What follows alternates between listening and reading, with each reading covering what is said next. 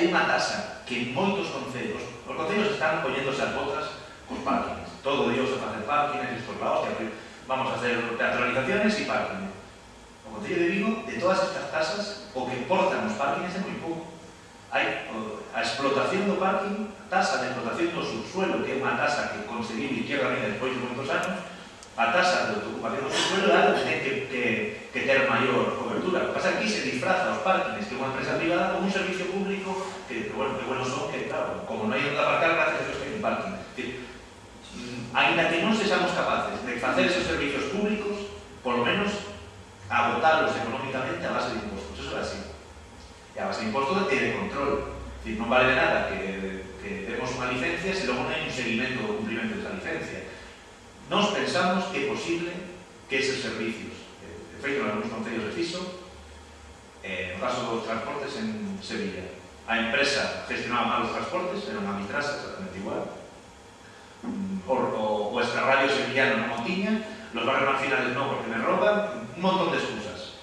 Se volveu ao servicio municipal e se creou unha empresa pública de transportes.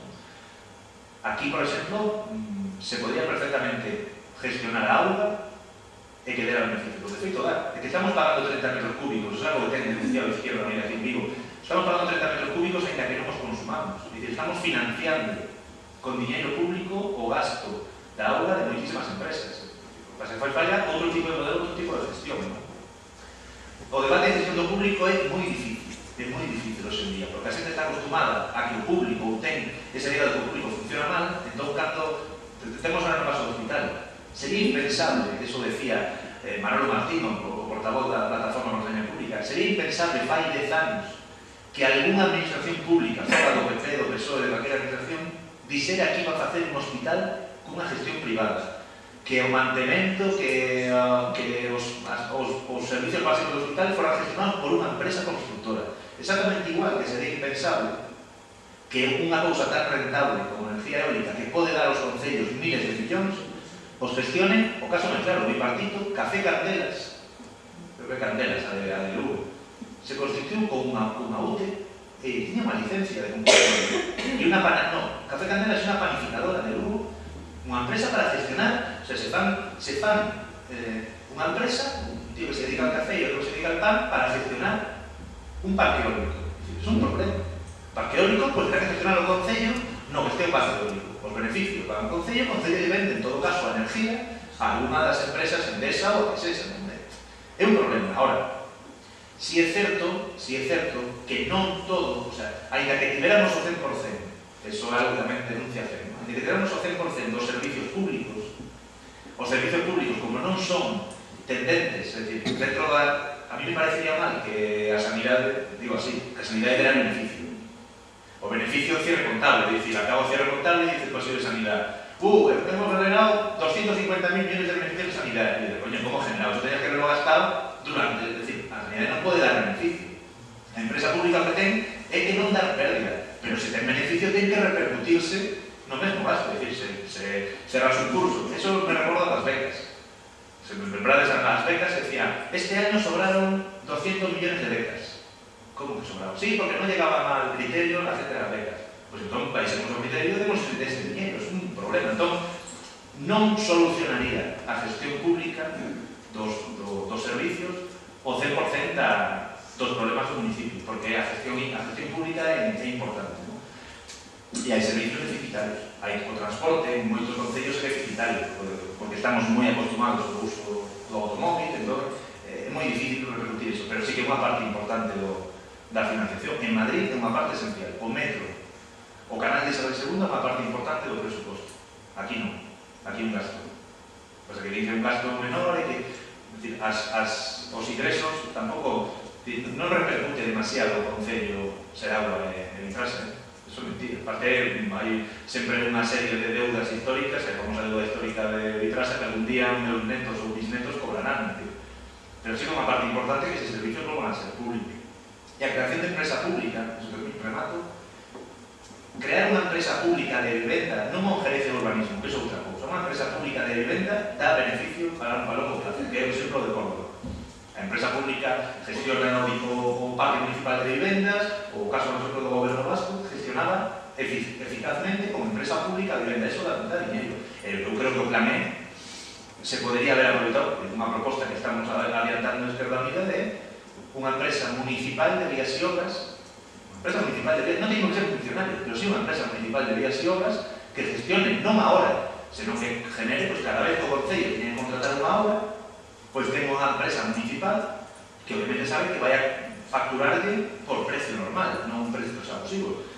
Hoxe acabamos de coñecer unha empresa que se vai botar sobre o plan E, que Consa, pois que é unha empresa de dudoso se ese presuposto estará asignado ou estará asustado a realidade, non? Porque é unha empresa implicada no caso Gürtel e se ha implicado en moitos procesos judiciais en todo o Estado. É un problema serio. Bueno, unha cosa que me chamou bastante atención, vamos, non era a primeira vez que me escoito, é o tema das funcións que realiza o Concello, pero non que tería que realizar nesas comunidades autónomas ou... O que pasa que, claro, parece difícil cambiar un pouco, non sei, unha, o tema de, bueno, explicar a la ciudadanía, outra, non sei se, por exemplo, o Concello de Vigo agora mesmo, o sea, como, o sea, si hai algún precedente en algún outro Concello que se este cambiando, vamos, se está asustando máis a Constitución? É moi difícil, por unha cousa, porque os concellos son os primeiros que lle gusta eso. É dicir, cando asunta por problemas financeiros ou por problemas de realidade política. Eu non vou entrar a valorar se os presupostos deste ano, os orzamentos da Xunta, son regresivos con Vigo porque o goberno PSOE ou son regresivos porque non hai un duro. Non o sei. Tampouco... Ahora, sí que é certo que moitas veces as administracións se vapulean dependendo de como están posicionadas ideolóxicamente ou partidistamente as administracións. Entón, se unha administración non dá dinero para un proxecto, pois vai ao alcalde e di, non os preocupéis, que como yo ya ves que la Xunta, eso é exactamente igual que cuando mamá no te da dinero vas a papá, entonces mira, tu madre que mala es, pero yo, cuando los padres divorciados que soportan a los niños, pues es exactamente ese mismo modelo. Entonces, a única maneira de vencer eso é que se cumpla a lei. Que se cumpla a lei que as atribucións da administración. O problema é que a lei é tan difusa, a lei de entes locais é tan difusa e non se avanza neso, que hai un tira e afloja. E aí entre medio dun concello e dunha administración real, hai unha administración irreal que se chaman diputacións. As diputacións é algo inútil que inventaron unha serie de tecnócratas fai varios siglos para facer unha redistribución da pobreza en España porque había que buscar novos eitos administrativos que quedou aí e que hoxe día parece que valen para algo. As diputacións asumen competencias que non son deles, aleatoriamente sale o presidente de Educación diciendo tengo 3 millones aquí guardados para Vigo para cuando los quiera. Ese tipo de cousas que estamos acostumados a ver a prensa, cada vez que pasara, alguén debía dar unha colleja a xente de iso, porque estamos xogando o futuro administrativo dun país. É dicir, un colapso dos concellos e problemas serios de cohesión social durante moitos anos. Entón, os municipios agrupados teñen claro, isto é injusto, eu estou pagando un 38% sen ter unha financiación adecuada dun servicio que teñan que dar aquí. O problema é que logo, cando o alcalde de Vigo tamén suscribiu o DACEM, todos os alcaldes suscribiron o DACEM, pero cando chegan aos seus concellos é un arma arrojadiza. O victimismo en política tamén é unha arma arrojadiza. Por culpa de que non me dan financiación para isto, teño que pagarlo eu, ou teño que buscar tal. Non, que a cousa non tiña que ser así, porque entón vai ser sempre unha pelea entre a administración. Se hai unha parte definida legalmente que ten que asumir o Estado, pois non ten por que ser o Concello, non? O caso que ponemos aquí é o tema do comercio. O comercio non é unha atribución dun Concello. O Concello ten outro tipo de atribucións que non me dan unha subvención. Parte por unhas obras que están feitas polo Estado. É dicir, o Estado fai unhas obras e eu dou unha subvención por os problemas que generan. Hai que redefinir precisamente a parte impositiva que ten que facer un Concello e a parte impositiva que ten que facer unha administración. O principal problema que é o gran debate, nós temos unha vicepresidencia na FEM e o gran debate que decimos non é sería o mellor asumible ante un problema que a administración española non está tan ben como pensamos ou ainda queda moito desarrollo do Estado das autonomías, pois que nunha situación transitoria os concellos asumiran esas competencias. Pero o problema é que non hai orzamento